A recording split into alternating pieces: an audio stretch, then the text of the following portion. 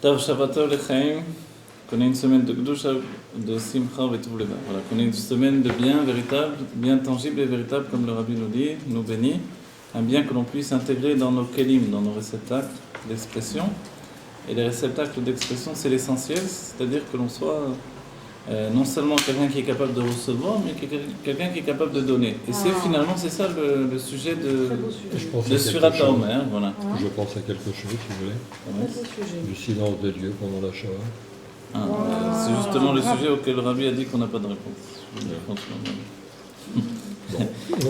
Parce que Kilo, Machavotai, Machavotechem, sur ce sujet-là, effectivement, on peut témoigner, mais on ne peut pas répondre à ça. Ceci dit, l'idée où était Dieu, il était au moment là où les choses sont passées, effectivement, il était présent, et c'était la volonté de Dieu qui s'est passée là aussi, c'est aussi terrible que ça à comprendre. Mais n'oubliez pas que chaque Yom Kippour, c'est ce que l'on accepte sur nous. C'est que Dieu fait de nous ce qu'il veut. Mi ba'esh ou mi ba'maïm, celui qui va tuer par le feu, par l'eau, etc. C'est-à-dire on remet les armes. On n'est pas autre chose que ce que Dieu désire faire de notre vie. C'est incompréhensible. Je peux comprendre pour des adultes, mais pas pour des enfants. Mais les enfants, ce sont des âmes à part entière. Pour vous, un enfant, c'est un enfant, il commence sa vie. Pour Dieu, c'est quelqu'un qui continue sa vie depuis des vies précédentes. C'est un ancien vieillard aussi, cet enfant-là. Vous voyez ? C'est pas qu'il est... C'est-à-dire que la même chose, le Rabbi, par exemple, nous dira, pour la cache-route, on ne va pas, parce que c'est un enfant, lui donner moins... Non, on va essayer de lui donner le mieux, parce que son âme, c'est une âme. Comme un adulte, vous comprenez ? Là, quand vous avez dit cette parole-là, c'est-à-dire que vous avez passé à l'idée de punition. Oui. Ils sont punis parce que nous, dans la Chassidoute, on n'aborde pas du tout les choses comme ça. Ces gens-là étaient des tzadikim. La preuve, c'est qu'ils sont partis liés au nom de Dieu, au niveau en sacrifice pour leur judaïsme. C'est le niveau le plus haut de tous les temps. Ils se trouvent aujourd'hui au-dessus de tous les plus grands tzadikim. Vous voyez ? Et les seuls tzadikim qui sont à leur côté, c'est ceux qui sont morts de cette manière-là ici, aussi. Vous voyez ? Les Tanaïm qui ont été tués de manière terrible, ils sont avec eux. Mais autrement, même les tzadikim ne peuvent pas être en relation avec ces âmes qui ont atteint une élévation aussi impressionnante. Donc en fait, la Chassidoute nous dit, sors de ta tête l'idée de punition. Dieu, c'est pas un Dieu punisseur, c'est pas le Dieu vengeur et punisseur. Il faut sortir de cette idée-là, mais c'est un Dieu qui donne à vivre les expériences que l'on doit vivre. Et même si pour nous c'est incompréhensible, je suis d'accord avec vous, mais c'est dans ce fait-là que l'on reste une créature et pas le créateur. Le créateur a sa manière de fonctionner qui est totalement inhumaine, oui, il faut le dire, inhumaine, donc ça nous paraît inhumain, ça nous paraît terrible, horrible, etc. C'est inhumain, mais voilà. C'est inhumain qu'il y ait eu des pogroms pendant des siècles pour le peuple juif. C'est inhumain que les juifs ont souffert déjà en Égypte. C'est inhumain qu'il y ait eu la Shoah, qu'il y ait eu d'autres Shoah, qu'il y ait eu la période de l'Espagne avec tout ce qui est eu de terrible, l'Inquisition d'Espagne, le Guirouche, tout ça c'est inhumain, totalement. Mais les hommes ne sont pas moins inhumains non plus, en réalité. C'est-à-dire l'inhumanité de Dieu, le fait qu'il n'est pas humain, c'est un niveau supérieur à tout. Donc on le conçoit, c'est un être divin, avec une conscience divine, donc quelque chose qui est autre chose que le vivre et souffrir de l'être humain. Mais quand des hommes se conduisent comme des animaux, ou pire que des animaux, ça aussi on ne peut pas le concevoir, puisque l'humanité va vers un niveau de meilleur, elle doit grandir normalement. Aujourd'hui, on voit que l'humanité est devenue meilleure, c'est clair. Le Rabbi en parle dans un Dvar Malchut, il dit que l'humanité rentre dans un niveau de ce qui s'appelle Kripanoga, où elle peut maintenant quand même assez raffiner. Ouais, mais est-ce qu'on ne peut pas s'attendre à autre chose de la part de Dieu en ce qui concerne le peuple juif, dont il a fait son peuple? Dieu a fait de le peuple juif son peuple, effectivement, mais c'est aussi effectivement une responsabilité de vie. Au bout du compte, on doit devenir adulte par le fait de vivre Torah et Mitzvot de manière harmonieuse. C'est ce que l'on nous demande. Le fait qu'il y ait eu des choses terribles comme ça s'est passé, en vérité, ça, quand on aborde les livres de Kabbalah, on comprend un peu mieux le système établi par Dieu, avec les forces du mal, avec le fait de cette lutte entre le mal et le bien, avec le fait que nous-mêmes, dans notre conscience, on doit dépasser la notion de mal et de bien. Vous voyez ? Tant que nous-mêmes, dans notre conscience, on est toujours au stade de mal et de bien, et alors on est aussi coincé dans un système. Et ce système, on le reprojette sur Dieu qui est finalement en dehors du système lui-même. Dieu, il est en dehors de ce système, c'est comme ça que c'est expliqué dans la Chassidut pour Rosh Hashanah. Il est dans un niveau de pshitout, de simplicité. Et cette simplicité peut devenir un véhicule de la rigueur, de la sauvagerie qui existe dans l'homme quand l'homme projette ces niveaux-là dans Dieu lui-même. Vous voyez ? Mais Dieu, quand je dis comme ça paraît flou. Alors dans la Kabbalah, c'est d'autres, on apprend les niveaux. Il y a ce qui s'appelle la Malchut, la royauté divine. C'est le roi de Rosh Hashanah qui nous juge à Rosh Hashanah. Et ce roi, il est lié à la parole, l'expression. Et c'est lui qui va effectivement projeter une année de vie en un seul jour. Au moment où on reçoit la royauté de Dieu à Rosh Hashanah, alors il nous juge pour toute l'année à venir. Il nous juge, qu'est-ce que ça veut dire ? L'Anmour MCI, le deuxième rabbi de Lubavitch, dit une chose incroyable. Il dit en fait, Dieu n'a aucune mesure de rigueur, alors il ne peut pas nous juger. En fait, vous regardez juste ce point-là, il dit en fait, c'est nous-mêmes qui nous jugeons. Le jugement que l'on porte sur soi-même, on le projette vers Dieu qui lui va le reproduire sur nous-mêmes, sur notre vie. Et c'est là où on doit changer notre manière de voir les choses. Et sortir absolument de l'idée de punition par rapport à notre comportement. Alors on va dire, mais pourquoi on fera Torah Mitzvot ? Pourquoi on va faire la volonté de Dieu si quand je ne le fais pas, je ne suis pas puni par exemple ? Il y a des gens qui sont très heureux, ils ne sont pas du tout religieux. Est-ce que c'est pas bien pour nous qu'ils soient heureux ? Non, moi je suis très content de voir des hommes heureux. Même des goïms heureux, tant mieux pour eux. Et des juifs heureux, même s'ils ne sont pas religieux, tant mieux pour eux. Pourquoi on devrait vouloir des gens malheureux ? Vous comprenez ? D'un autre côté, quelqu'un qui fait Torah et Mitzvot qui est très malheureux, c'est malheureux. C'est pas bien. C'est quelque chose de pas agréable à vivre. Alors pourquoi ? Puisqu'il fait Torah et Mitzvot, il devrait être le plus heureux du monde, il devrait avoir le meilleur. En fait, c'est pas juste comme ça. Ça, c'est le pshat, le sens simple des choses. Vous voyez ? Et quand vous dites que Dieu ne punit pas, pourtant tout au long de la Torah, il y a des textes qui disent... Je sais, effectivement, vous avez raison. Si tu ne fais pas ceci, si tu fais exactement, pas ça. vous avez raison, toutes ces punitions, toutes ces notions-là. Alors quand vient la Chassidut, elle nous élève à un autre niveau de compréhension. L'Admor HaZaken, dans le Torah, le côté Torah, il nous dit que tout ce qui nous apparaît comme des punitions sont des bénédictions qui sont cachées, mais qui sont d'un tel niveau d'élévation pour nous qu'on n'a pas de réceptacle pour les recevoir. Et il y a des détails vraiment où il fournit, où il nous explique. Mais pour ça, pour nous, on doit déjà changer, faire, comme on dit, un switch dans notre esprit. Pour accepter cette contradiction-là. Vous savez que Dieu est Nosé Afachim. Comment je peux venir dire, d'après la Chassidut, que Dieu, c'est pas un Dieu punisseur, etc. Alors que, quand on voit le texte de la Torah, ça a l'air le contraire. C'est vrai. Vous ferez ça, etc. Si vous marchez dans mes décrets, vous aurez la bénédiction, etc., etc. D'accord ? Im bechukotai telechu, as je vais vous donner vos pluies en leur temps, etc. Donc, Dieu nous demande d'aller d'après ses lois, et comme cela. Mais là-bas, vous vous rappelez, le Rashi nous dit que Dieu nous supplie, en fait. Pourquoi ? Parce que le système qu'il a établi pour donner la bénédiction dans le monde, c'est un système comme ça, où on fait Torah et Mitzvot, et il nous donne la bénédiction. Donc, il nous supplie. Faites-le, parce que moi, c'est comme ça que j'ai organisé les choses. Et je ne vais pas recommencer le destin du monde et de la construction que j'ai fait, parce que tout à coup, vous n'avez plus envie de faire Torah et Mitzvot. Parce que vous comprenez, la chose, elle doit être vue différemment. En fait, c'est un système, c'est un conduit de vitalité que Dieu a installé, ça s'appelle Torah et Mitzvot, et c'est par rapport à notre corps, par rapport à l'entité divine que nous possédons dans le monde divin, comme tout est un enchaînement. Vous vous rappelez les paroles dans Shlomo HaMelech nous dit que En Chadash mitachat hashemesh, vous voyez, dans Kohelet, il me semble. Alors, il n'y a pas de Chadash sous le soleil. Qu'est-ce que ça veut dire ? Ça veut dire que le système établi par Dieu il se perpétue. Il ne va pas tout recommencer, un système établi, parce que tout à coup, on veut faire autre chose. Mais ce n'est pas pour autant qu'il a décidé que c'était punition, etc. Du temps, il y avait le Sanhedrin. Vous savez pourquoi il y avait vraiment des punitions où on arrive à tuer quelqu'un ? Parce que c'était le seul moyen de le sauver de lui-même. Ça lui permettait d'aller directement au Gan Eden. Il n'y avait pas de Guéhinom, il n'y avait pas de souffrance de l'âme. Nous, on connaît la souffrance du corps. Mais regardez des gens qui sont malheureux quelquefois, alors qu'ils ont tout. Ils sont riches, ils ont une belle femme, des beaux enfants, et ils sont malheureux comme des chiens. Pourquoi ? Parce que la souffrance de l'âme, elle est beaucoup plus grande que la souffrance du corps. Et ça, c'est dans un homme ici-bas, dans le monde. Mais imaginez quand l'âme est délivrée du corps. Sa souffrance, mais elle est sans comparaison.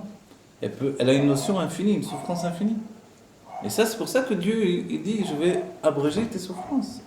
Si on voit quelqu'un qui souffre, est-ce qu'on ne doit pas abréger ses souffrances ? Alors Dieu dit, j'abrège tes souffrances, viens, on te tue. Du temps où il y avait un Sanhedrin, etc., où ces choses étaient... Ça a l'air fou ce que je dis. Ouais. Mais ça a l'air fou parce que nous, on le voit d'une seule vie. Ici, vous voyez les choses dans un niveau beaucoup plus large. Si vous voyez le fait même que non seulement l'âme du juif est immortelle, et ça j'en suis sûr vous y croyez, mais qu'en plus ce qui va se dévoiler, c'est que le corps du juif est immortel et qu'il va se lever à Tchiat HaMetim. Et on est à ce moment-là, on est bientôt à ce moment-là où ça va se passer, si Dieu veut, très très vite en réalité. Il se peut que dès la première période de la Géoula, Yemot HaMashiach, qu'on a déjà entamé, il se peut qu'immédiatement on rentre dans Tchiat HaMetim. Et alors là, en fait, le corps va atteindre son élévation. Et on va comprendre tout ce qui s'est passé réellement.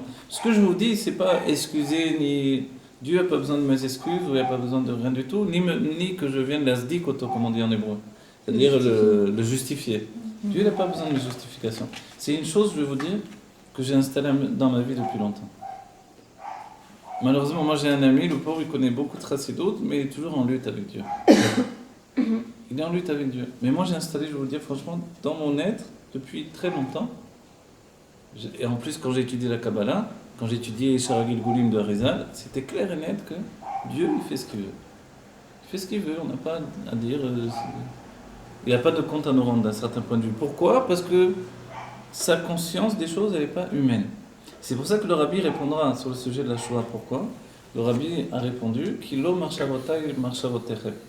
Car mes pensées ne sont pas vos pensées. Alors, dans cet ordre d'esprit, on ne peut pas comprendre. À la Géoula, on comprendra. À la Géoula, on comprendra. On verra la vérité. Mais le Rabbi savait. Le Rabbi nous dit ça dans le sens où, maintenant que le Rabbi sache ou ne sache pas, ça, on ne sait pas. Il y a beaucoup de choses que le prince de la génération ne nous dit pas. Mon cher Rabbeinu savait des choses à l'avance. Il savait déjà qu'il allait avoir un autre exil. Il savait qu'ils allaient mourir dans l'exil. Il savait tout ça. Et ce n'était pas son rôle de dévoiler tout ce qu'il savait.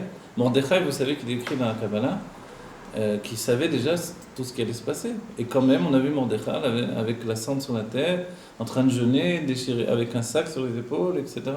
Il s'habillait d'un sac. On va dire pourquoi. Si tu sais déjà que la finalité, qu'il va y avoir les jours heureux de Purim, Vayodi Maïta, pourquoi tu fais ça ? Parce qu'on ne peut pas annuler le cheminement qui mène à la finalité quand même. Vous voyez ? Pour nous, la finalité, c'est la Géoula. C'est que tous ceux qui sont partis vont revenir et vont atteindre un bonheur, mais infini. Pour l'instant, tout bonheur que l'on peut donner à quelqu'un, il est limité. Malheureusement, on le voit bien, nous aussi. Le bonheur que l'on accorde à chacun, il est limité. Les soucis nous mangent, les inquiétudes, les préoccupations, etc. Donc le vrai bonheur, ce sera un bonheur libéré de ses préoccupations. Les préoccupations personnelles, les préoccupations d'ordre général, etc. Quoique, on voit aujourd'hui ce qui est incroyable, mais en réalité, sans doute, ça a toujours existé, c'est que l'être personnel prend le dessus, en fait, dans notre époque. Et que, finalement, tout ce qui se passe dans le monde, ça nous touche beaucoup moins qu'à d'autres époques. Absolument. Aujourd'hui, c'est plus incroyable qu'il y a des gens qui s'en fichent même de lire le journal, ou qui... À d'autres époques, ça n'existait pas. Les gens faisaient que ça, ils étaient... Déjà, voilà. Vous avez 10 ans en arrière... nos parents, ils sont comme des faux sur les informations, les trucs, les choses, et nous, on est déjà moins, ça va. On en a vu d'autres, a priori. On a vu tellement de trucs. En vérité, on a l'impression que quand on s'habitue à écouter des malheurs, on projette une pensée de malheur continue. Alors, il faut arrêter. Là aussi, c'est un moyen de se... Il faut se désintoxiquer aussi de cette chose-là, de ce poison-là. Vous voyez ? C'est-à-dire que de vivre dans l'idée du malheur, ça projette le malheur aussi. Alors, il faut arrêter, il faut au contraire se déraciner de cette idée-là. C'est-à-dire le bonheur, il doit être maintenant. Quelles sont les conditions du bonheur ? Il y a deux sortes de personnes.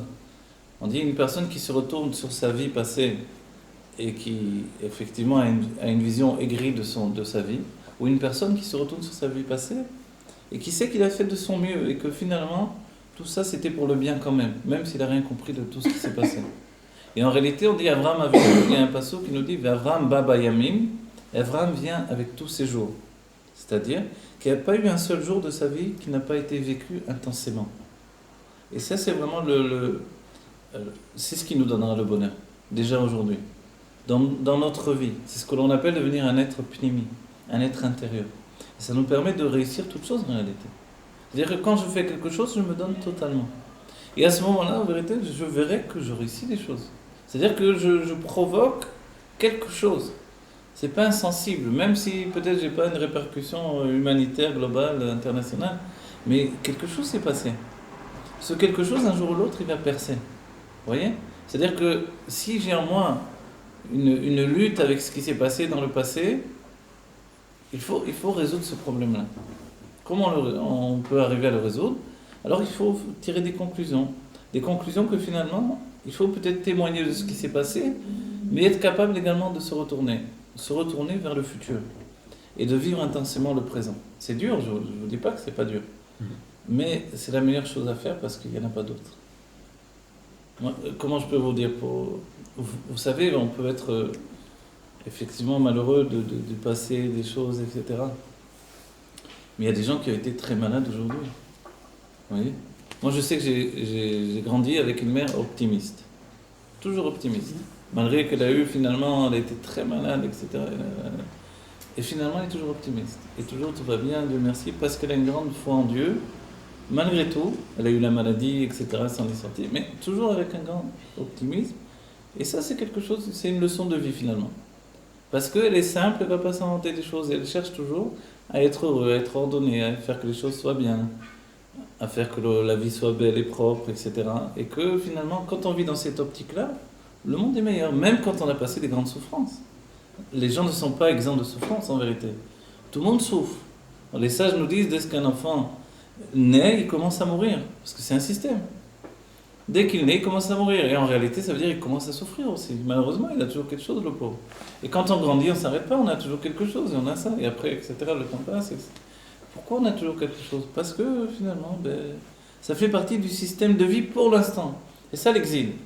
Mais l'exil, il n'est pas obligatoire en réalité. La première chose qui doit sortir de l'exil, c'est notre esprit. Après, le corps va se libérer avec lui.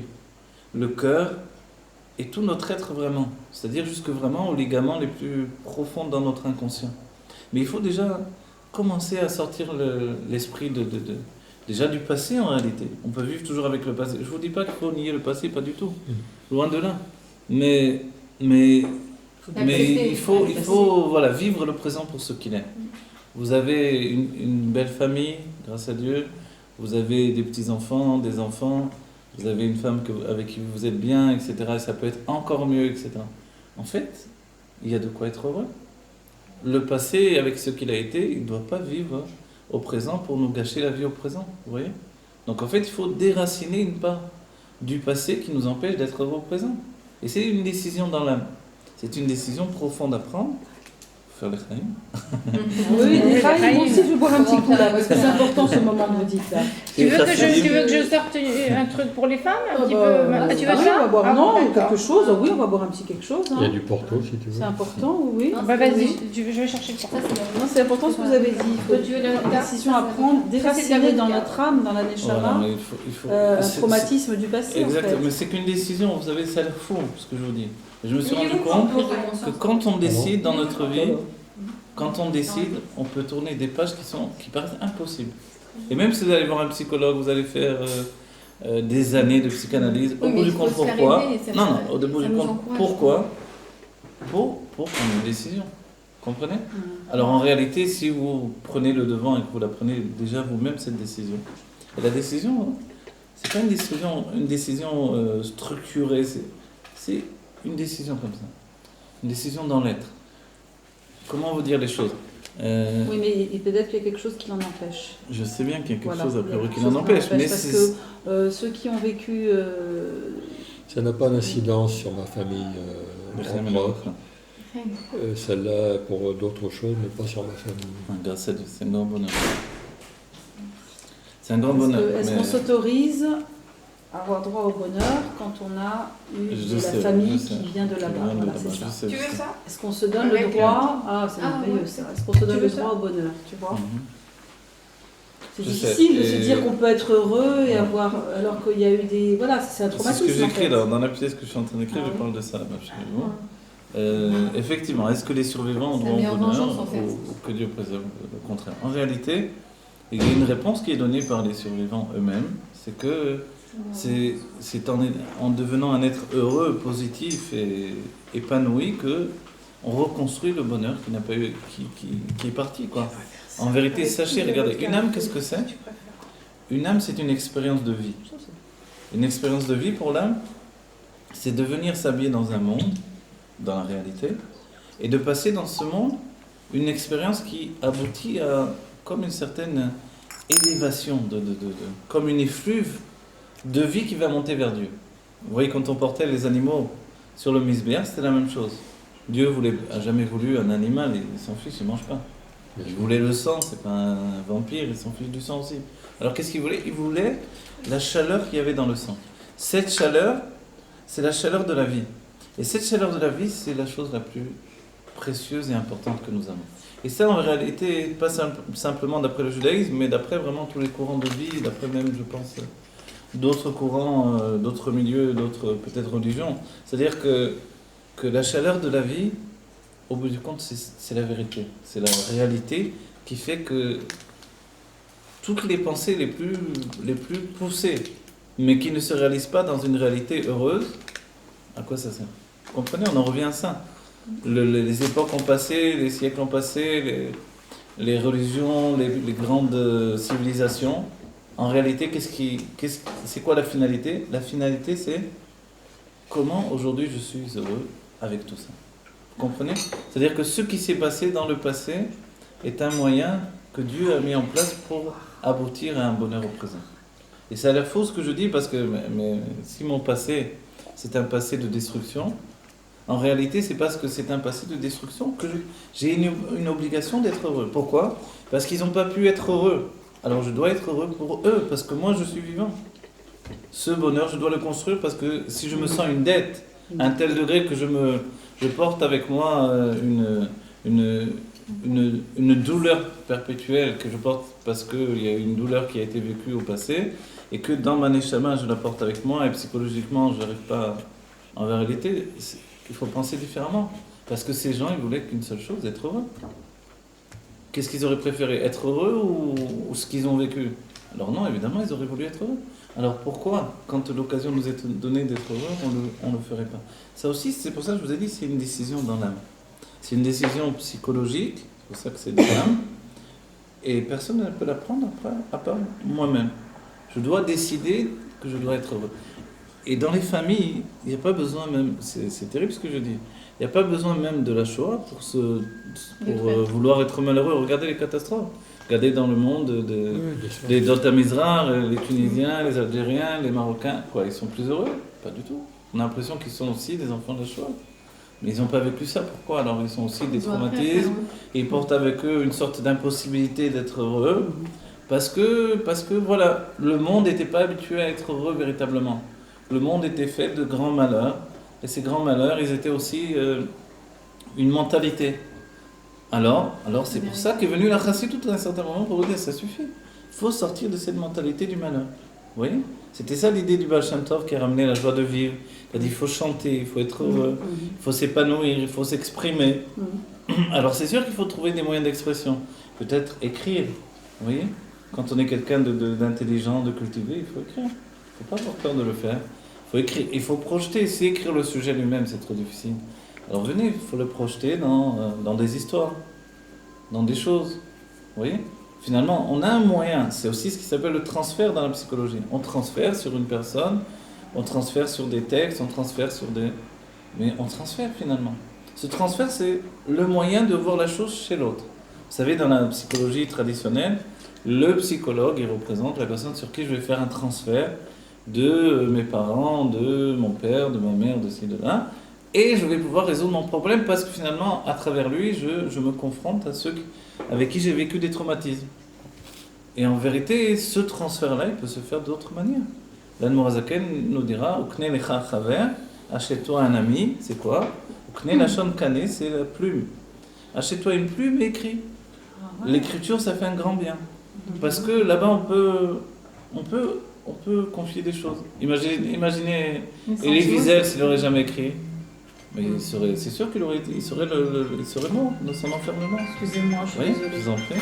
Et parce qu'il a écrit, justement, il a fait de ça quelque chose de positif pour la vie. Je ne sais pas où il en est, je ne sais pas comment il s'en sort, etc. Mais quoi qu'il en soit, il a donné du bonheur aux gens, il s'est donné à lui-même du bonheur de vivre des moments. Vous voyez ? En fait, donc, il y a des moyens de transfert qui sont là. Et c'est pas la peine d'être un grand écrivain. On a tous en nous des qualités infinies. Vous voyez ? Et être un grand écrivain ou un petit écrivain, ça veut rien dire. Si l'on parle avec son cœur et l'on écrit, on corrige l'écriture, alors on peut très bien avancer. Vous voyez ? C'est un métier l'écriture comme autre chose. Donc en fait, il y a l'expression cette expression doit être précédée d'une décision. Maintenant, il faut peut-être l'écrire, se décider. Ou vraiment, quelquefois, si on a besoin, effectivement, aller voir aussi, parler à un ami, aller voir un psychologue, s'il est quelqu'un de convenable. Vous voyez, pas dans l'idée comme on pensait dans les générations précédentes, celui qui va voir des psychologues, il est fou. Aujourd'hui, non. Quelqu'un qui est équilibré, c'est quelqu'un qui est capable aussi, quand il a des difficultés qu'il n'arrive pas à surmonter, il peut aller voir un psychologue, essayer de faire le point sur sa vie. C'est pas des années en plus, ça peut être 1, 2, 3 séances. Pour faire le point, réfléchir. Ou alors, je vous dis, passer par l'écriture, résoudre des problèmes. Moi, dans mon enfance, j'étais, je sais pas comment le dire, j'ai eu un niveau d'enfermement quand j'étais adolescent. Je me suis enfermé en moi-même, toute l'adolescence de Huibourg, comme ça, de la gestation. Mais j'en suis sorti que par l'écriture. C'est l'écriture qui m'a permis de sortir de ça et de me construire et d'en faire un bien dans ma vie. Vous voyez ? Parce que je me posais des tas de questions, parce que je ne comprenais pas ce qui se passait, parce que si, parce que ça. Des tas de choses qui ne sont pas des questions d'aujourd'hui uniquement. C'est des questions qui viennent de siècles précédents, qui viennent de vies précédentes, que l'on porte avec nous, et qu'un enfant porte avec lui déjà. C'est pour ça, un enfant, il ne faut pas juste croire, je sais que c'est dur, et ça peut être cruel ce que je dis là, c'est pas juste un enfant que l'on voit aujourd'hui, c'est une histoire précédente. Et cette histoire, elle est tellement longue, elle est des siècles de vie. Et c'est seulement comme ça qu'on comprendra dans la Géoula. C'est pour ça que la Rizal dit que quand on connaît ses vies passées, on peut comprendre ce qui se passe aujourd'hui et faire la volonté de Dieu au présent. Comment on peut connaître ses vies passées ? Alors voilà, là, vient le Baal Shem Tov, il nous dit, vu que c'est pas tellement bon, il y a des gens quand même dans notre période, il y a des gens à qui on a apporté le dévoilement de leur vie passée, ça existe, c'est pas dans les balais de Shuvah, il y a des gens qui ont eu des tas de choses, mystiques ou d'autres, etc., c'est vrai. Mais la plupart des gens n'y accèdent pas, alors en réalité, le Baal Shem Tov vient, il dit, si l'on vit intensément l'instant présent, on n'a pas besoin de savoir ses vies passées. Parce que on vit intensément du coup, et il dit, le Baal Shem Tov dit qu'au contraire, c'est même balbel. Ça trouble. Maintenant, je ne sais plus comment vivre. Avant, j'étais, je ne sais pas qui, peut-être j'étais un grand rachat. Ouais. Quelqu'un qui a fait des choses terribles. Comment je vais le vivre aujourd'hui ? Non seulement je suis malheureux de mon grand-père, de mes parents, de ci, de là. En plus, on me dévoile que j'étais aussi quelqu'un de terrible. Un bourreau, moi aussi. Alors là, un bourreau. Oui. Alors si je me décide de me suicider, après on va me dire « Ah, tu t'es suicidé, alors maintenant tu vas être puni à cause de ça. » C'est sans fin l'histoire, vous voyez. En réalité, il n'y a pas de fin. Le seul fin à tout ça, c'est de frapper sur la table et de dire « Ça suffit. Je veux m'en sortir. » Voilà, je veux m'en sortir, je veux être heureux. Pas pour une raison ou une autre, parce que c'est le seul moyen d'être vivant, réellement, vous voyez. Et ce bonheur, il faut l'arracher en fait. L'arracher au silence, l'arracher à la nuit, l'arracher à ce qui m'enferme. Mais c'est une décision. Et c'est une décision qui est importante en fait. On la passe tous. Vous savez que d'une certaine manière, on a tellement en nous de choses. Moi je veux dire, j'ai une image que j'avais quand j'étais enfant. Quand j'étais en Corse, il y avait beaucoup de processions là. Il y a beaucoup de monde chrétien, les trucs, les choses, vous voyez. Et moi je tremblais, voilà, ils faisaient des processions, ils portaient les statues. Moi je tremblais, je ne pouvais pas m'expliquer, mais j'étais terrorisé par ces trucs-là. Vous voyez. Le fait qu'ils tournaient dans la vie avec leurs chants lugubres, j'étais terrifié, vous voyez. Et en réalité, je me dis, c'est certainement de vie passée, d'aller voir dans l'Inquisition, des choses. Et j'ai fait même des rêves où j'ai vu des vies passées, mais ça me rendait vraiment terriblement. Et en fait, ça pour vous dire que la crainte que l'on a aujourd'hui, elle n'est pas juste celle d'aujourd'hui. Elle est une crainte accumulée dans des vies passées. Et il y a un développement, il y a quelque chose. Et le fait que l'on n'ait pas compris ce qui nous est arrivé déjà dans des vies passées, cette incompréhension, le fait que l'on puisse partir d'une vie avec cette incompréhension, alors elle revient avec nous. Ça revient avec nous. Et à nouveau, on a cette même incompréhension. Et ce que Dieu attend de nous, c'est cette décision que l'on doit prendre finalement. Vous savez c'est quoi ? C'est la même qu'on a pris à Matan Torah. Matan Torah, on a dit « Naaseh v'nishma ». Nous ferons, ensuite on comprendra. C'est fou, hein ? C'est-à-dire qu'a priori, de manière logique, c'était le peuple le plus stupide de tous les temps. Au lieu de prendre les choses de manière réfléchie, adulte, ils ont dit, nous on fera ce que tu veux, Dieu, dis-nous, peu importe. Après coup, c'est grave. Regarde, tu as décidé que si tu ne fais pas la volonté de Dieu, voilà, il y avait le Sanhédrin, il pouvait te tuer. Si tu transgressais le Shabbat, tu as réfléchi à la légère, a priori. Ouais, on pourrait dire ça. Mais en fait, le peuple juif, quand il s'est soumis à Dieu, c'était la chose la plus intelligente de tous les temps. Parce qu'à ce moment-là, il a dépassé l'intelligence humaine. Et Dieu lui a dit que si tu mets en avant la soumission par rapport à la compréhension, alors ta compréhension va devenir infinie. C'est ce que l'on étudie dans le Rabbi Rachab. Et c'est ça en réalité. Vous voyez ? Ce mardi, si Dieu veut, on va étudier dans le Rabbi Rachab le Tafresh Enbet du Rabbi Rachab en préparation à Shavuot, c'est un livre merveilleux et voilà, pour nous préparer à Shavuot. Mais l'un des enseignements au début du livre, c'est ça, c'est que le fait d'avoir dit nous ferons et ensuite nous comprendrons, c'est justement que la compréhension peut être infinie ensuite. C'est-à-dire cette compréhension, elle peut remettre en question toute la Torah sans problème. Du moment qu'on a accepté de faire ces mitzvot, qu'est-ce qui m'empêche ensuite de tout critiquer, de tout remettre en cause, parce que je fais tout ce qu'il veut. Il faut avoir confiance pour faire des choses comme ça. Il faut avoir confiance, une confiance absolue. D'où elle venait cette confiance absolue? C'était une émouna du peuple juif, une foi intègre qui dépassait en fait toute notion logique. Et ça a été finalement de contrecarrer tout l'esprit logique de l'humanité pensante qui de l'Égypte va aboutir au monde grec, qui va devenir la base du monde moderne, de la science, etc. Vous voyez ? En fait, donc, et vous souvenez-vous bien, Freud, il repousse absolument l'idée de religion, comme tous les grands penseurs, etc. Pourquoi ? Parce que le fait de se soumettre à quelqu'un de supérieur à soi, ça tue l'ego de l'être, qui grandit en fait son orgueil. Oui. Les sages nous disent qu'il y avait Aristote et le Rambam. Plus le Rambam comprenait Dieu, plus il devenait humble. Et plus Aristote grandissait dans sa sagesse, et lui aussi comprenait Dieu dans sa manière de voir des choses, et plus il devenait orgueilleux. Et ça, c'est toujours le choix que l'on a. Mais tout dépend. Est-ce que l'on soumet notre intelligence à Dieu, alors elle devient une bénédiction? Ou est-ce qu'on reste maître de notre intelligence dans le sens où c'est moi et c'est tout? Finalement, non, ça devient un poison. Ouais, oui. Et même dans la Torah, elle peut être un élixir de vie ou un élixir de mort. Si j'en fais une science comme une autre, et les Grecs étaient prêts à nous la laisser comme une science comme les autres, alors ça devient un poison.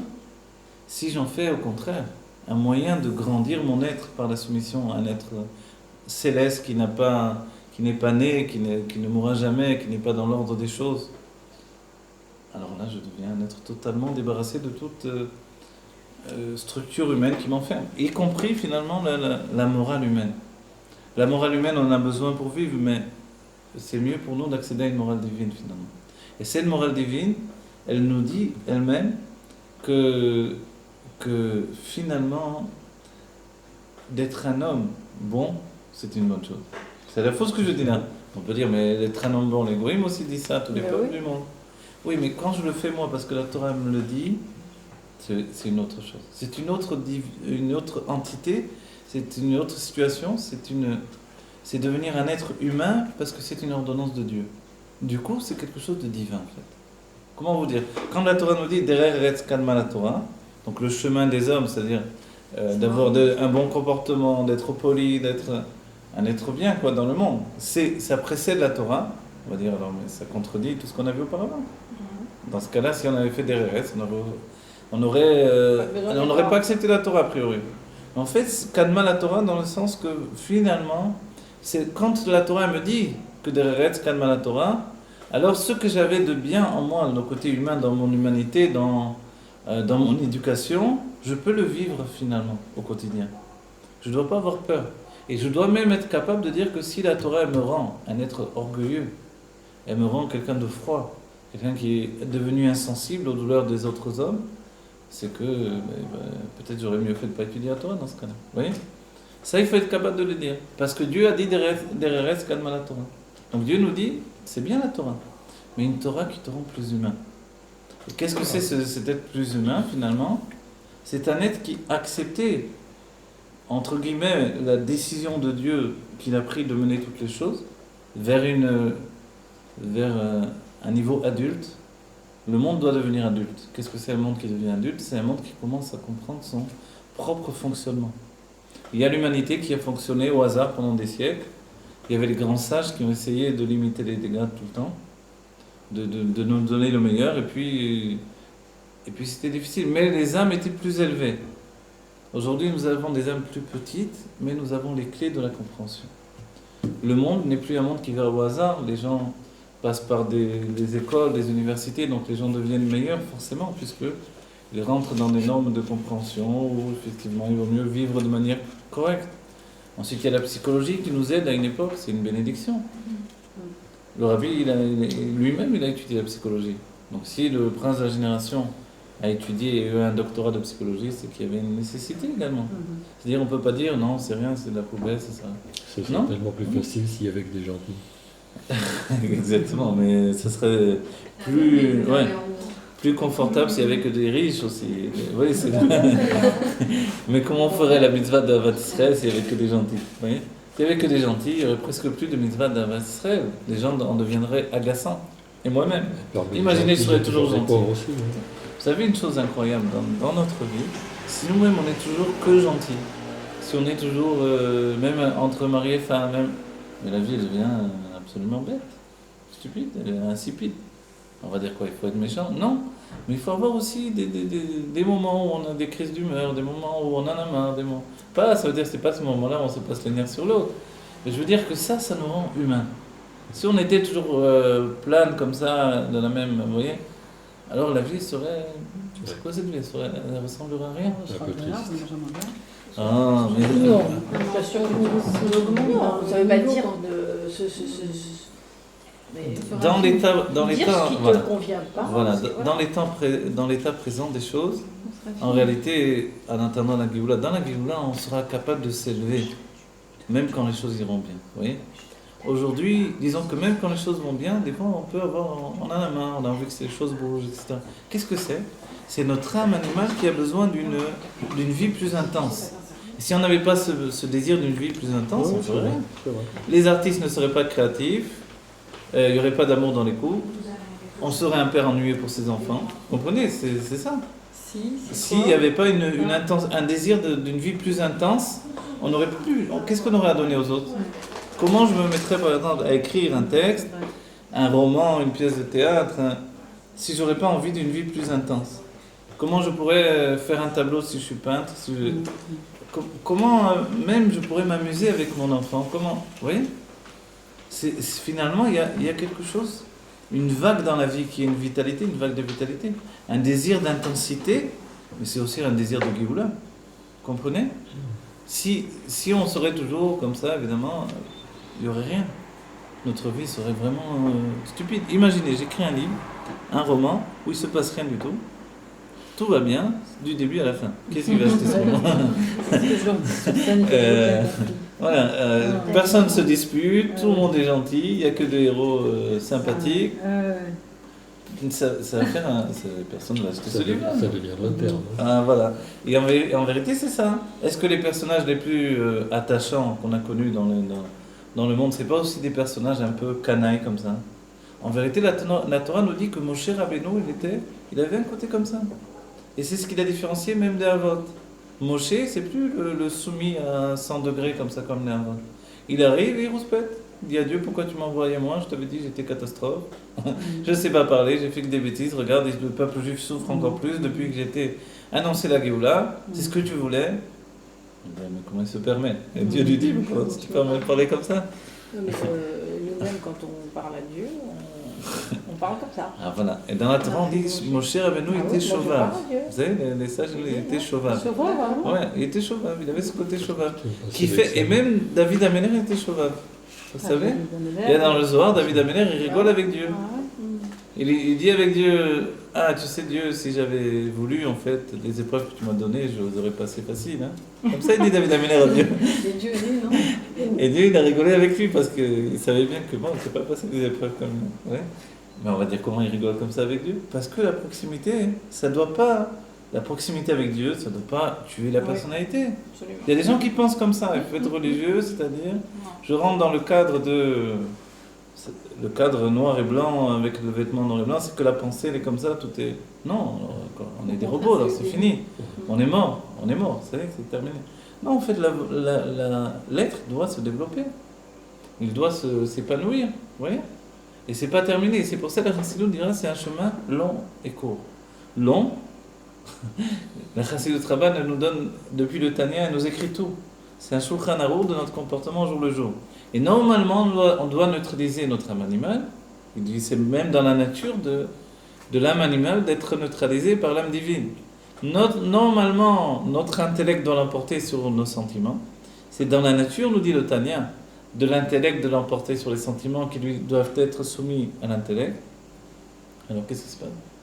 Pourquoi, on va dire juste, les chassidim qui ont étudié ça, pourquoi ils ne sont pas plus... c'est des grosses catastrophes. Il n'y a pas de tikkun amidot, des fois ils sont grossiers, des fois ils ne sont pas sympathiques, ils font du bien et du mal en même temps, comme tout le monde. Alors on va dire, alors comment ça se fait? Parce que la réponse, c'est que c'est un chemin long et court. Long, il est long, parce que, avant d'y arriver vraiment, mais court parce que tout ce qu'on a acheté, tout ce qu'on a obtenu, tout ce qu'on a transformé, c'est fait réellement. Et ça a l'air fou de dire ça. Mais le chemin qui mène à nous, c'est un long chemin. C'est un long chemin. C'est pas une psychanalyse devant un psychanalyste à l'idée de Freud sur un divan où on fait rien. C'est un niveau de vie très actif. Mais en chemin, finalement, l'expérience de ma vie et les conclusions que je dois en tirer, c'est que c'est à moi de réagir. C'est à moi de me transformer. C'est à moi de faire que ma vie soit intense, qu'elle soit intéressante. C'est à moi de faire que je sois capable de me relever, de me transformer, de devenir un être meilleur, un être intéressant pour moi-même. Le Rabbi Rachab dit que quand je parle en Idva'adut, dans une réunion chassidique, il dit que si je parle de quelque chose qui m'intéresse profondément moi-même, je dois intéresser les gens qui m'écoutent. Si je ne suis pas moi-même intéressé, forcément, pourquoi les autres vont s'intéresser à quelqu'un qui ne s'intéresse pas à lui-même? C'est-à-dire que je dois être préoccupé. Et c'est l'idée différente finalement. On a pu penser des fois, bon, tu as la Torah, c'est terminé. Non, la Torah, elle grandit les préoccupations. Je suis préoccupé parce que finalement, non seulement j'ai mon humanité à porter sur les bras, mais j'ai intégré une conscience du divin qui fait que cette humanité, elle est branlante finalement. Elle est plus, c'est plus un pont de fer, dirait le Rabbi. On n'apporte pas la Géoula sur un pont de fer, mais sur un pont comme ça qui tombe. À chaque moment, il y a le précipice en dessous. Et le pire, c'est de correspondre à l'image que l'on a de moi aussi. Ça aussi, c'est le piège. Et tous les grands et tous les petits, on se confronte à ça. C'est-à-dire, est-ce que je vais rester bloqué dans l'image que l'on a de moi, ou est-ce que je vais être capable de vivre ma vie avec tout ce qu'il faut faire pour la vivre? Et ça, c'est le piège que l'on a tous les jours. Et nous-mêmes, finalement, est-ce que l'image que j'ai de moi doit être... Est-ce que je suis capable d'en changer? En fait, il faut vouloir une vie où je me change, je me transforme. Pourquoi? Parce que ça fait partie du système de la vie, finalement. Un enfant, il tombe, il se relève, il rigole, il s'épuise, il court. Donc il y a chez lui une force de transformation qui est... D'ailleurs, il se transforme physiquement, tellement vite. Il grandit de jour en jour, on le voit de nos yeux, on ne sait pas comment il a changé, le lendemain, il est déjà différent. Alors, du bébé, il change tout le temps. Mais en fait, ça ne s'est pas arrêté chez nous. C'est que maintenant, alors on va dire on vieillit, donc ça continue.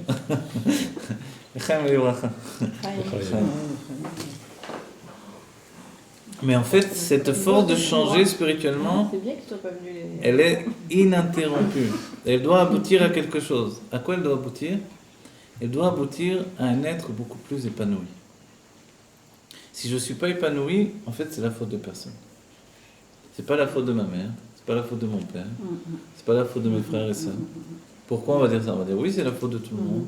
Puisque quand je vais voir un psychologue, je leur dis, mais c'est passé ça, il va m'expliquer que, effectivement, parce que ma mère était trop inquiète, elle a projeté ses inquiétudes sur moi, ou parce qu'elle n'était pas présente, et mon père, il n'était pas présent, et mon père, il ne m'a pas donné assez d'amour, et puis il était trop coléré. D'accord? Alors pourquoi je viens de dire c'est ma faute à moi uniquement? Parce qu'au bout du compte, voilà les cartes qu'on t'a données, sois heureux.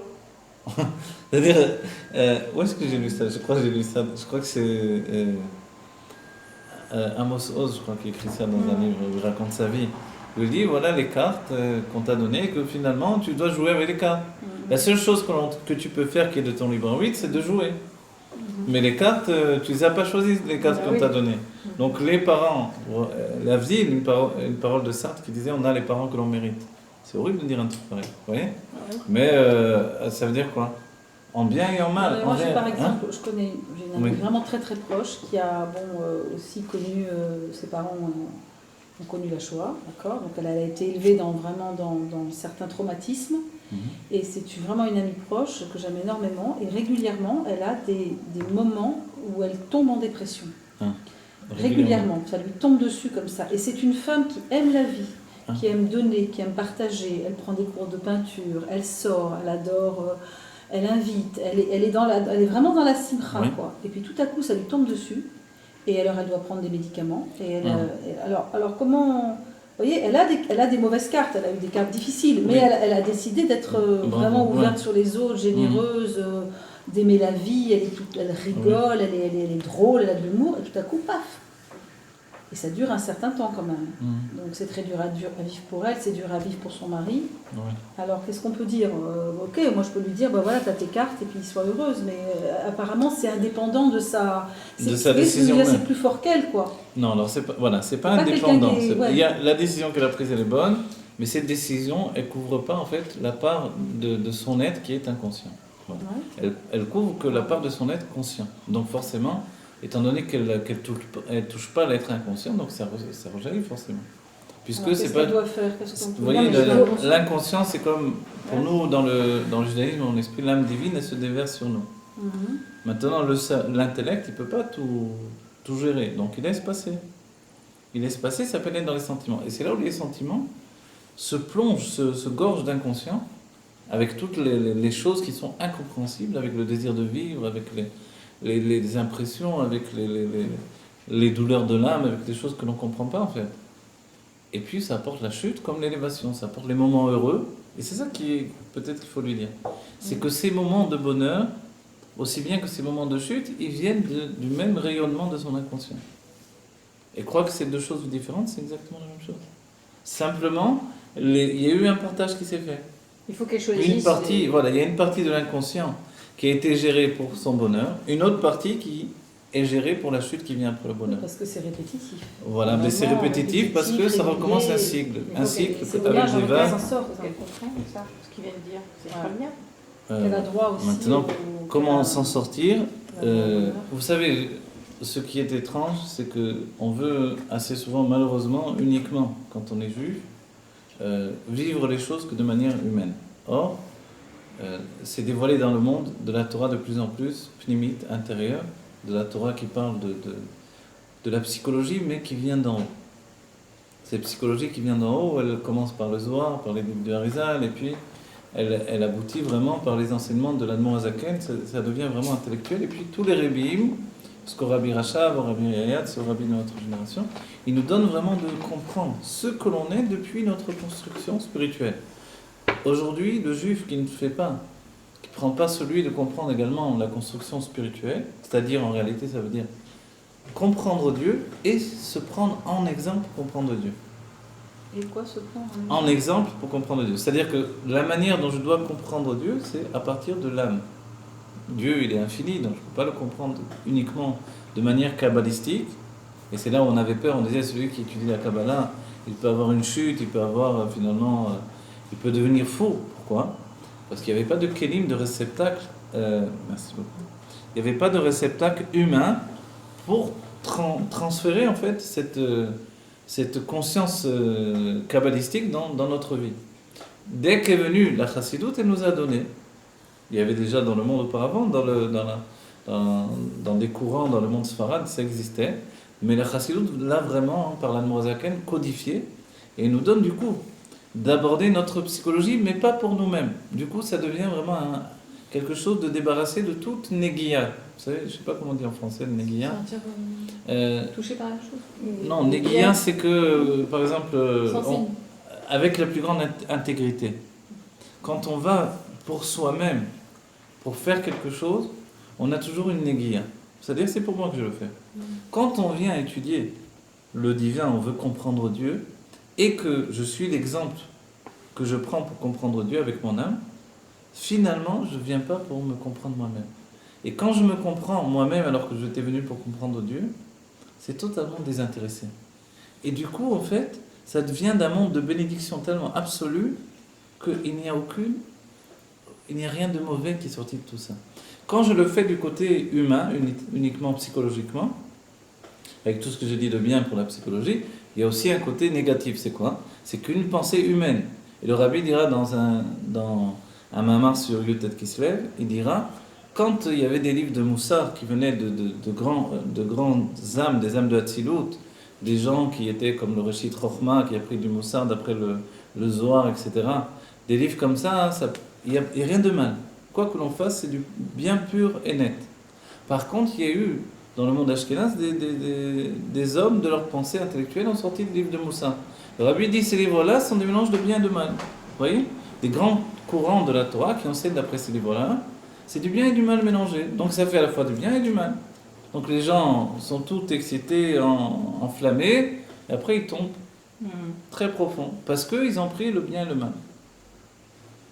Quand on vient étudier la Kabbalah ou la Chassidut, la Kabbalah du Harizal, la Chassidut, le Zohar, des livres comme ça qui sont du bien absolu, parce que c'est des livres qui viennent du monde de Hatzilut, du monde où il n'y a pas de mal, forcément on ne fait que se nettoyer. Vous comprenez? On se nettoie, voilà. Ça nettoie la neshama et ça nous construit dans la neshama. Et du coup, on ne comprend pas les choses humainement. Tandis que la psychologie, effectivement, elle vient de la pensée d'un homme. Quand on voit, quand on étudie, si vous avez étudié un peu Freud, ça fait peur.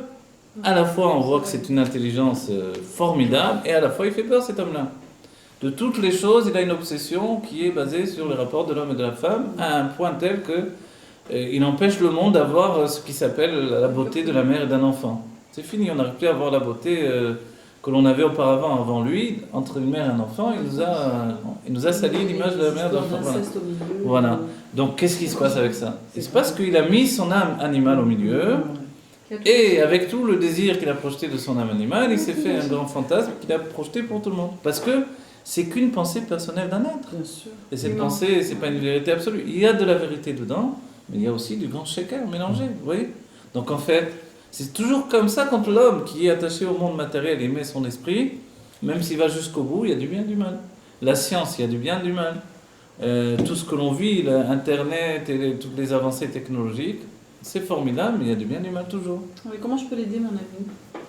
Vous pouvez l'aider en lui disant qu'elle vienne à nos cours et lui dire que... Non, mais Chassidut, il n'y a pas de... Alors qu'elle regarde les cours sur Internet. Ça guérit la neshama, c'est vrai? Alors qu'elle regarde les cours sur Internet, parce que finalement la Chassidut, elle s'habille dans un langage psychologique, un langage intellectuel, la Chassidut Rabbah, c'est la seule qui s'explique.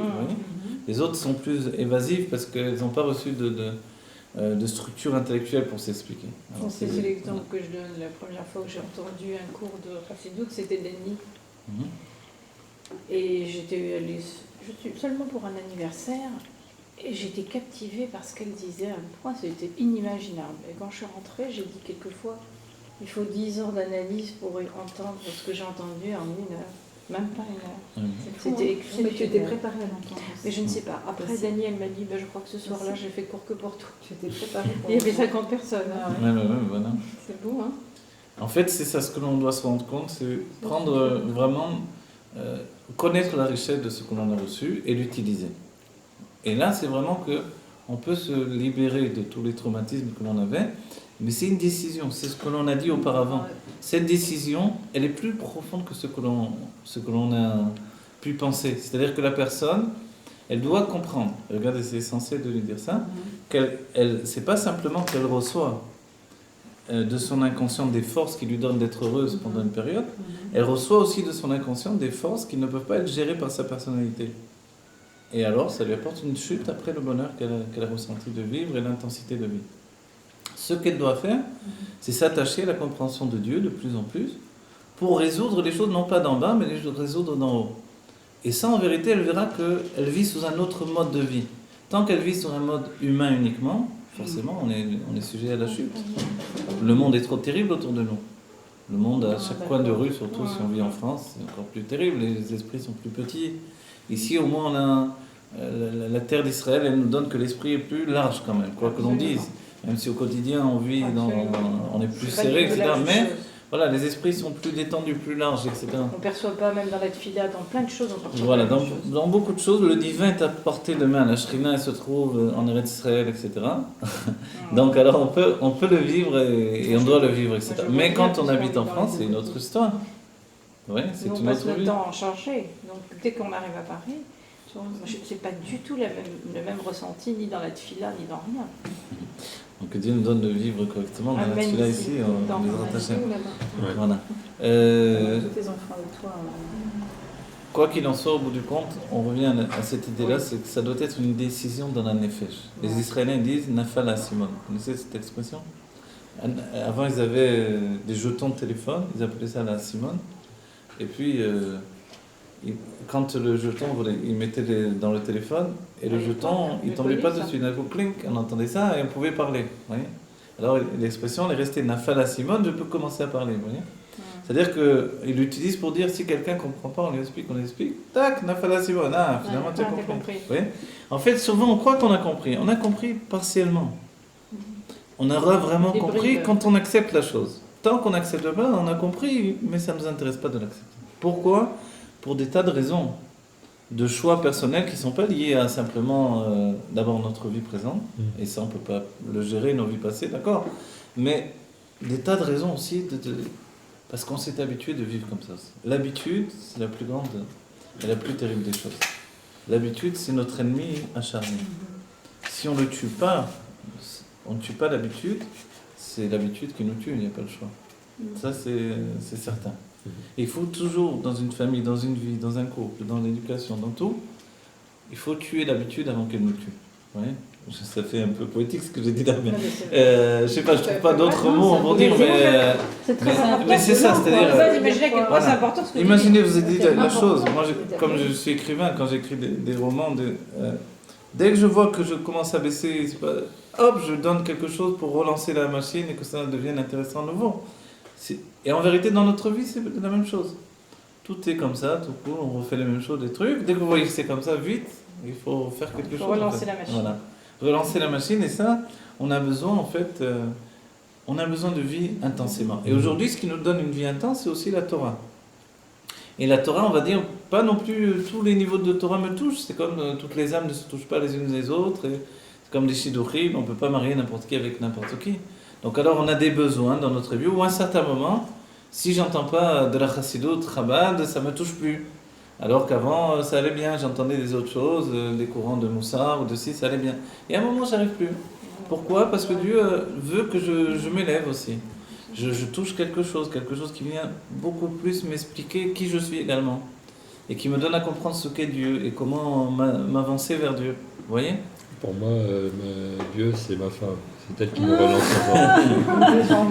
C'est elle qui quoi? D'accord, alors c'est la Shrina. C'est elle qui me relance sans oreille. C'est bien. C'est beau ça. C'est enregistré, c'est filmé, le monde entier m'entend. Du Chili, en Algérie. Pas de chaleur. Bon, les Chaim, un grand bonheur. Une phrase unique là. Bon, voilà, que Dieu nous donne de prendre des décisions dans notre âme. C'est-à-dire, les décisions, c'est aussi d'être capable de couper court avec des habitudes et des situations inconfortables. Un système aussi. Voilà. Et ça, il faut s'habituer. Il y a des gens qui n'ont pas a priori reçu cette force-là de le faire, c'est-à-dire d'être capable de couper court avec ce qu'il y avait auparavant, parce que c'est difficile. Ça demande de faire des choix tellement intenses, tellement tranchants que on a peur de détruire quelque chose qui existait, même s'il existe tordu. Même s'il est branlant, même s'il fait peur, même s'il est horrible, on a peur de couper court avec ça. Même si on se sent mal. Mais des fois, il n'y a pas le choix. On n'a pas le choix, il faut le faire. Et il arrive un moment où il faut le faire. Avant que ce soit trop tard. Avant que ce soit trop tard. Donc, on passe un stade de... Et dans la vie de tous les jours, il faut être capable aussi de se donner, de vivre des moments... Si on voit qu'on s'ennuie, il faut tout renouveler. Tout faire. Il faut sortir, venez on sort, venez on se promène sur la plage, venez on va boire quelque chose, venez n'importe quoi, mais il faut faire. Le fait de faire des choses, ça nous rend humains. Les Rébim, par exemple, se promenaient tous les jours. Tous les Rébim se sont promenés, tous les jours de leur vie se promenaient. C'est qui les Rébim, de Loubavi, le Rabbi Rachab se promenait, faisait des promenades, le Rabbi faisait des promenades. Tous les Rébim avaient l'habitude de faire des promenades. Le Rabbi Rachab allait au musée.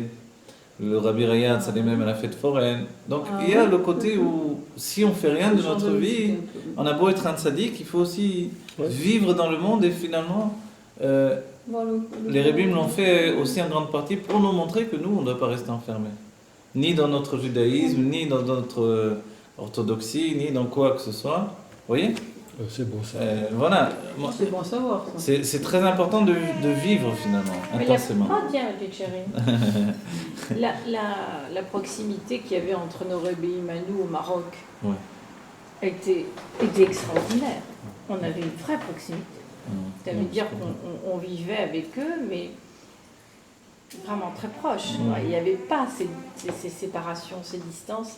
Et ça choque un peu le monde séfarade, enfin le nôtre. Pourtant, on a vécu avec des grands. Par exemple, c'est sûr que des très très grands, parce que de Salé, on avait Rabbi Raphaël Ankawa qui caressait ma maman tous les jours au passage. Il y avait une vraie proximité. Donc, ces clivages qu'il y a maintenant, moi, ça me choque un peu. Non, peut-être que ces clivages dont vous parlez, finalement, je sais pas, c'est la rencontre de plusieurs horizons aussi. C'est pas évident. Vous savez, on est une époque où on rencontre un kibbutz galuyot, des gens qui viennent de plusieurs horizons. On ne peut pas leur dire de tout régler. C'est un nouveau problème qui n'existait pas vraiment, tout simplement. Mais aussi, par exemple, chez les Rébim de Lubavitch, il y avait toujours une grande proximité entre les Chassidim et les Rébim aussi. C'était comme ça. Ils venaient leur parler, ils venaient manger avec la femme du Rabbi et préparer à manger pour tout le monde. Absolument. Ça existait tout le temps, c'est certain. Oui, non, parce que là, je pense, ma fille vient de me poser une petite colle. Elle dit, maman, je crois que la bat mitzvah de Tali, on va la faire entre filles. La famille dit, bon, ils attendent tous la bat mitzvah de Tali.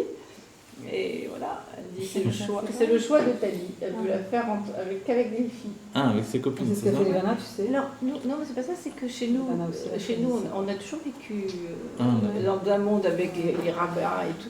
Et on les avait à nos tables. Moi, et d'un seul coup, tu vois, ça devient un petit peu sectaire. Ouais. C'est-à-dire que ça c'est un peu difficile. Peut-être par rapport à l'époque aussi. Elle peut faire les deux.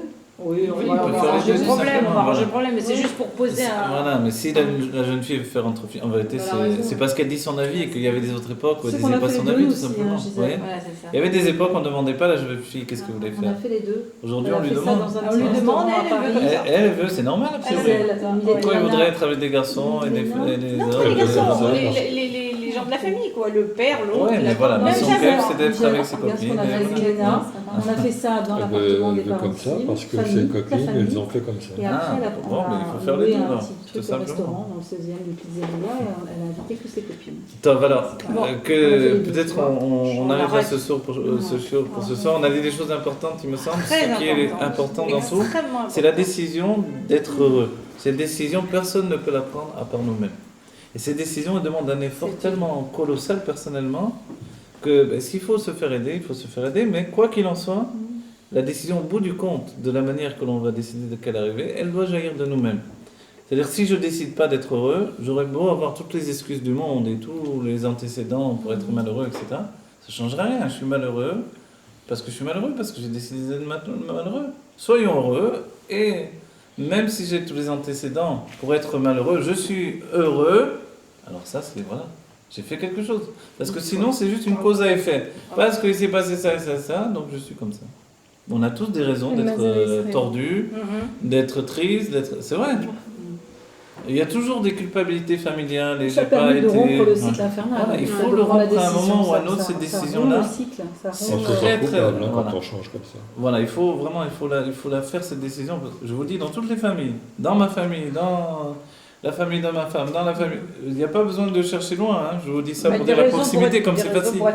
On a tous, vous entendez, oui, je me suis pas assez bien occupé de mon père, de mon grand-père, de ma mère, toujours quelque chose. J'étais là, j'étais pas là quand elle est partie. Ces histoires, c'est dans toutes les familles. Et alors quoi à cause de ça, je vais, comme une résultante de ça, de cause à effet, je vais être malheureux. Bon, c'est normal, mais alors tu vis qu'une vie normale. Une vie normale, c'est une vie ennuyeuse à la finalité. Des vies normales, ça fait quoi dans la... Il faut sortir de la normalité, vous voyez. C'est pour ça que dans la chassidut, on dira il y a la cause à effet, et puis il y a ce qui s'appelle yesh mi'ayin. Yesh mi'ayin, c'est quelque chose qui jaillit du néant. Effectivement, j'avais tout pour être malheureux et pourtant je suis heureux. Pourquoi? Parce que j'ai décidé d'être heureux. Voilà. Et il n'y a aucune raison à mon bonheur, si ce n'est que je l'ai décidé. Et après, on se verra qu'on a beaucoup de raisons d'être heureux. Parce qu'au présent, il y a une femme, il y a des enfants, des petits-enfants, et puis il y a... La vie est intéressante aussi. On peut s'intéresser à des milliers de choses. Rien ne peut t'empêcher Il y a des survivants de la Shoah qui avaient peut-être toujours envie à la Oui, je sais que vous me dites ça. Je sais très bien que vous me tu dites vois ça. l'effet tout de suite. Je sais que Dieu préserve ceux qui se sont pendus et ceux qui ne voulaient pas accepter même l'idée de pouvoir être heureux parce que les autres avaient souffert. Mais pensez bien que tous ces gens qui sont partis dans la Shoah, ils auraient voulu une seule chose, être heureux. Tu as vu ça? Vous comprenez? Donc d'être malheureux parce qu'ils ont été malheureux, mais c'est pas une vie, c'est pas une réussite. Il n'y a rien de formidable là-dedans, c'est juste une cause à effet et il faut l'arrêter à un moment ou à un autre. Et c'est une décision profonde à prendre. Bon, que Dieu fasse qu'on soit heureux, clairement. Amen, quelle belle Qu'on soit pas dans un monde formidable. Voilà. Et qu'autour de nous, il n'y ait plus rien, et même pas simplement parce qu'on a décidé, mais qu'autour de nous, il n'y ait plus rien qui soit à même de nous rendre malheureux.